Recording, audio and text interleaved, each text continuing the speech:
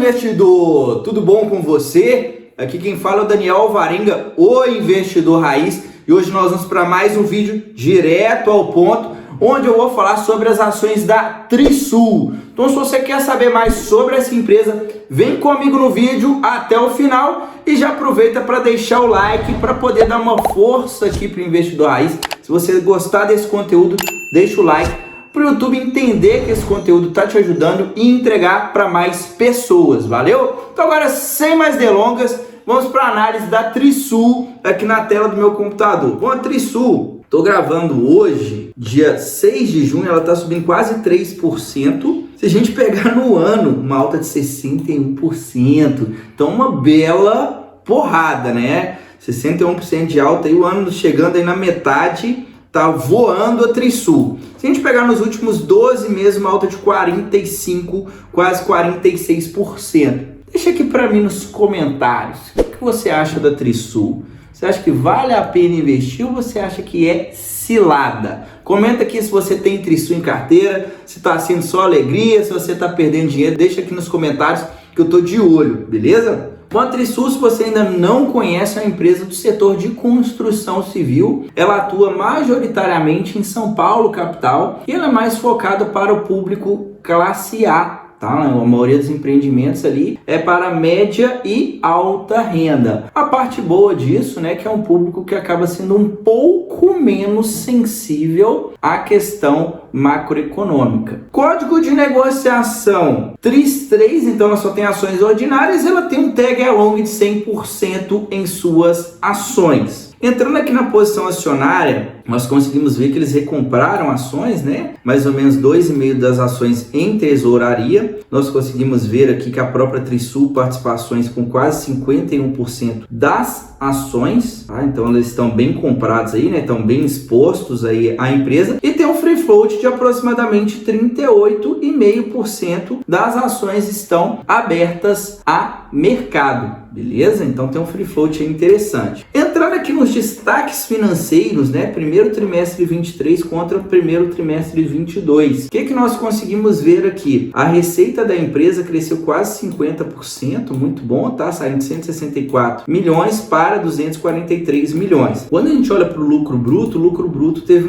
um crescimento não tão robusto. Saiu de 52 para 59 milhões, então um crescimento aí de aproximadamente 12%. A gente consegue ver que a margem também diminuiu, né? A margem saiu de 32%, a margem bruta, para 24%. O que está acontecendo aqui? A empresa está simplesmente dando desconto, né? Eles mudaram a estratégia do final do ano para cá. Qual que está sendo a estratégia agora da empresa? Eles priorizarem, né, acelerar a venda daqueles imóveis que já estão concluídos, né, para diminuir o estoque. E para fazer isso, eles estão abrindo mão, né, diminuindo a margem, tá? Então está sendo uma estratégia para eles aumentarem o giro, né, para conseguir aumentar mais a receita, mas ao mesmo tempo, né, trabalhando com uma margem um pouco mais apertada, porque para isso eles estão precisando dar desconto. Então a gente tem que ver aqui se vai ser efetivo ou se não vai ser efetiva essa estratégia. Até então, né, a gente consegue ver que o lucro bruto está aumentando, a margem menor, mas o lucro bruto aumentando. Então, até então, né, parece que está dando certo. A gente tem que continuar acompanhando aqui para ver. Quando a gente olha para o EBITDA da empresa, o EBITDA praticamente dobrou, né? Saiu de 21 milhões para aproximadamente 40 milhões, um crescimento de 90%, e o lucro líquido saiu de 10 para 27, quase 28 milhões, um crescimento de 175% no lucro líquido. Vale ressaltar que teve efeito não recorrente aqui. Ela fez aquisição de 30% do Itaguá Gardens, que é um shopping, né? E isso aqui trouxe receitas não recorrentes para dentro da empresa. Então, mais ou menos ali 10 milhões desse resultado é efeito não recorrente. Então, tem que tomar cuidado, né, para você não olhar aqui só para o lucro e falar, poxa, nossa, o lucro mais do que dobrou. Não, se a gente olhar aqui no geral, mesmo com esse efeito não recorrente, a empresa teve sim um crescimento legal no lucro, né, um crescimento considerável. Cresceu mais ou menos ali, se a gente tirar o efeito não recorrente, ficaria ali aproximadamente, né, 17, 15 milhões, saindo de 10 para 15, então um crescimento ali de 50 a 70%, que é um bom crescimento, tá? mas vale ressaltar que esse crescimento todo, 175 aqui, teve essa questão. Então é importante você estar acompanhando de perto a empresa para não tomar uma decisão aí com base em efeitos não recorrentes. Agora eu vou entrar aqui nos principais indicadores da Trisul. Eu sempre digo em todos os meus vídeos que não existe uma regra fixa com base em nenhum indicador, mas eu sempre passo um parâmetro para ficar mais fácil para você entender melhor a minha análise. Só que antes de entrar nesses indicadores, eu tenho um recado muito importante para você que quer construir uma carteira de investimentos vencedora para você estar vivendo de renda em um período de aproximadamente 10 anos. Eu ainda estou com algumas vagas disponíveis para o meu programa de consultoria. Dentro desse programa, eu faço uma análise da sua carteira de investimentos e te entrego uma nova carteira totalmente personalizada. É uma carteira que vai de acordo com o seu perfil de investidor, de acordo com seus objetivos e de acordo com a sua realidade. Basicamente, a única coisa que você vai precisar fazer é dar um Ctrl+C, Ctrl+V nessa carteira e colocar o dinheiro para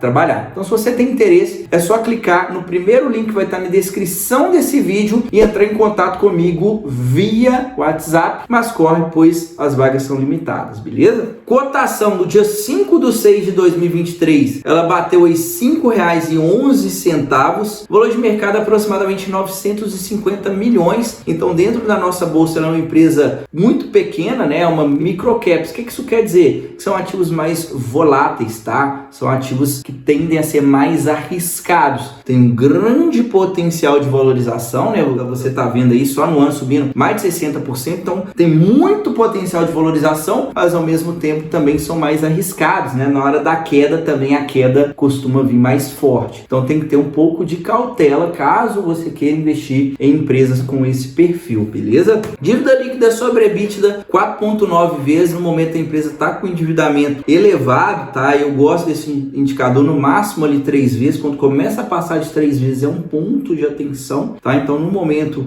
Trisul está sim com a dívida um pouco estourada. Liquidez corrente de 3,71. O que isso quer dizer? Quer dizer que para cada R$1 que ela tem no passivo circulante, ou seja, em deveres a pagar no prazo de um ano, ela tem R$ 3,71 no ativo circulante. Então, em tese, ela tem sim uma certa folga financeira aqui, né? Então, a empresa que trabalha sim com uma alavancagem mais alta, mas ela tem uma boa liquidez, pelo menos no prazo de um ano. Dividend yield de 2,7% é um dividendo abaixo do que eu gosto de ver. Geralmente, quando eu vou investir pensando em dividendos, eu gosto de receber pelo menos 6%. Mas a Trisul não é um perfil de empresa para você investir pensando em dividendos. Por quê? Porque a empresa tem um perfil de crescimento, né? Empresa menor e que tem um certo custo aí de capital mais elevado para ela crescer. Então, ela geralmente distribui ali um mínimo do seu lucro em forma de dividendos. Então, é um ativo para quem está buscando uma certa valorização na carteira, beleza? O ROI de 7% é um ROI um pouco abaixo do que eu gosto de ver. Geralmente, eu gosto de empresas que tenham pelo menos 10% em ROI. Esse indicador, quanto mais elevado, melhor. Isso indica que a empresa tem uma boa gestão, né? Uma rentabilidade interessante, está conseguindo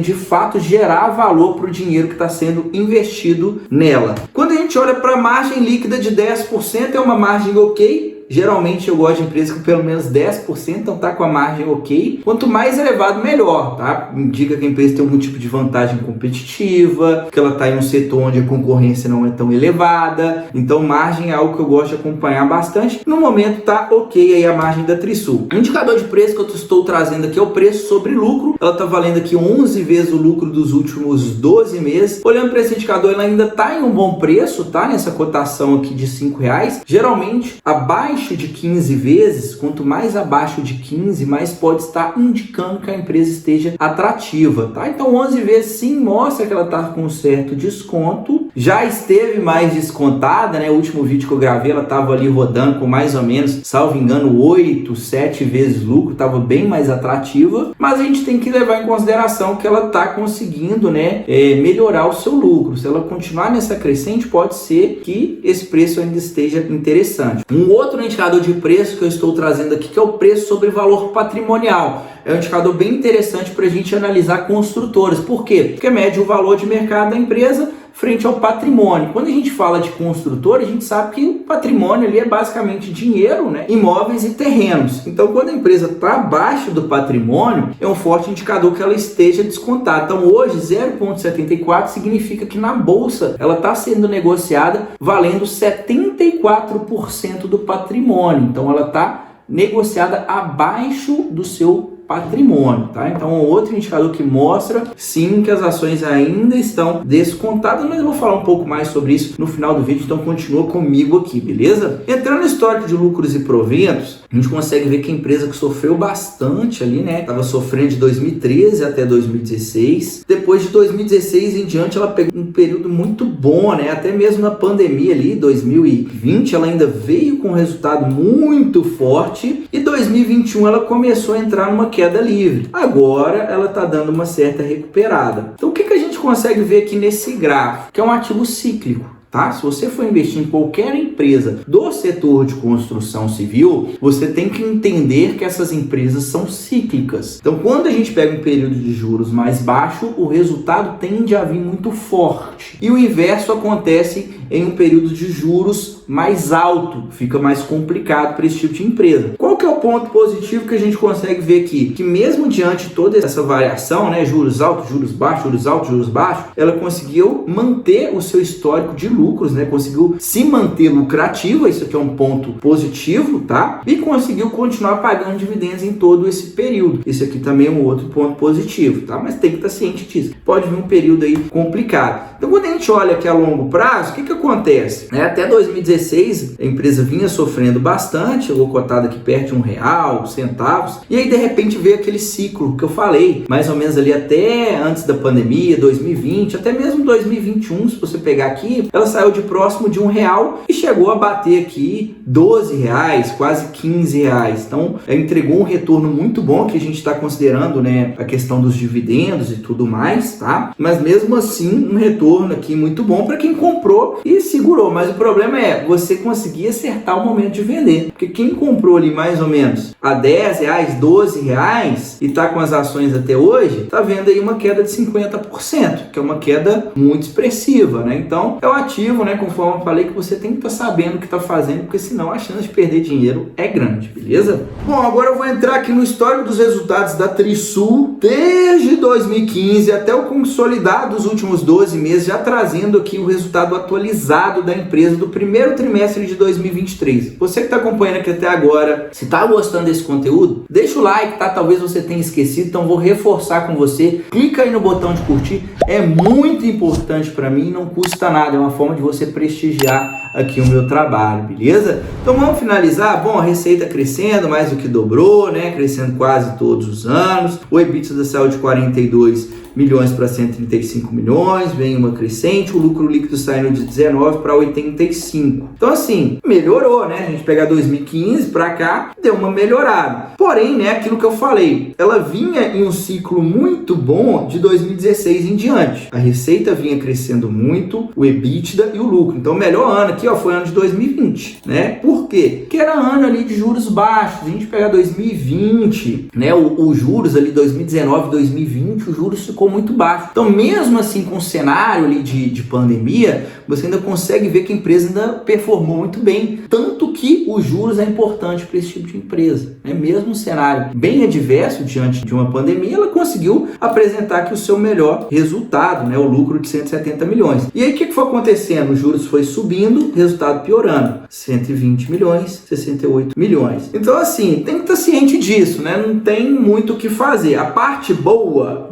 é que mesmo cenário adverso, ela ainda conseguiu dar lucro. Quando a gente olha para as margens, a margem da empresa estava muito boa, EBITDA aqui, né, até 2021, depois veio piorando. Parte da estratégia aí dessa questão dela dar desconto, a questão também da inflação que aumentou o custo dos produtos vendidos, isso tudo diminuiu a margem da empresa. Quando a gente olha para a margem líquida, também estava rodando muito bem, né, mais de 10% a maioria do tempo, depois caiu para 9% e agora está recuperando, né? Vale ressaltar, né, que esse resultado aqui, ele tem efeito não recorrente, né? Só para lembrar que teve efeito não recorrente. Olhando aqui para o endividamento, a gente consegue ver que ela estava com uma dívida equilibrada, né? Voltou a estourar a dívida, isso aqui não é bom, tá? Principalmente falando do setor de construção civil. Então, qual que é a minha opinião sobre a Trisul? Bom, a empresa, conforme eu já falei, está em um setor que demanda muito uma economia, tá favorável para a empresa, juros mais baixos, porque com juros mais baixos, financiamento, né, fica mais em conta e ela consegue vender com mais facilidade os seus imóveis. Diante do atual cenário, eu ainda vejo que a empresa está conseguindo fazer o que dá para fazer, né? O lucro caiu nos últimos anos, o EBITDA, tudo diminuiu, mas ainda assim ela vem dando lucro mesmo no cenário de juros extremamente alto. Parece, né? Me parece que o pior passou. Parece que daqui para frente ela vai sim conseguir dar uma melhorada nos seus resultados, porque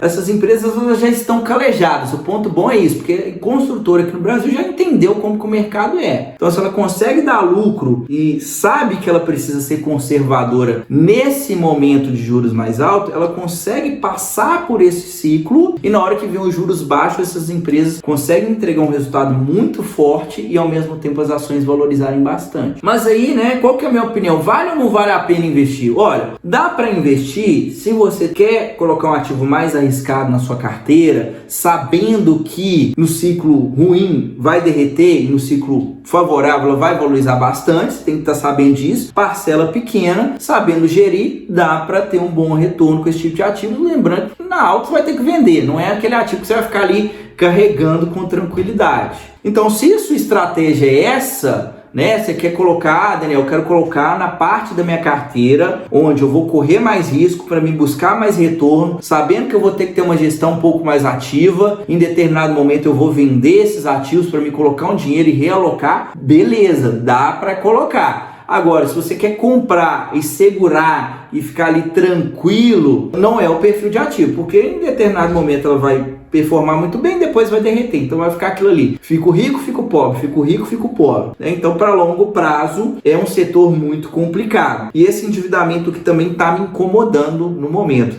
construtora com dívida alta é um ponto de atenção, mas diante das que nós temos aqui, está entre as melhores aí na minha opinião, tá? A Trisul e a Zetec são as construtoras que eu gosto mais, mas lembrando aí desse risco aí do ativo. Então analisa com calma, tá? Se você quiser investir, lembrando aqui das observações que eu passei para depois você não chegar lá, comprar, ficar desesperado, negócio derreter e você reclamar, beleza? Então minha opinião é essa. Se você gostou dessa análise, compartilhe esse conteúdo com quem você acredita que tem interesse e deixa aqui para mim nos comentários se ficou alguma dúvida ou algum outro ativo que você gostaria de ver aqui no canal. A gente se vê no próximo vídeo, até a próxima, tchau, tchau.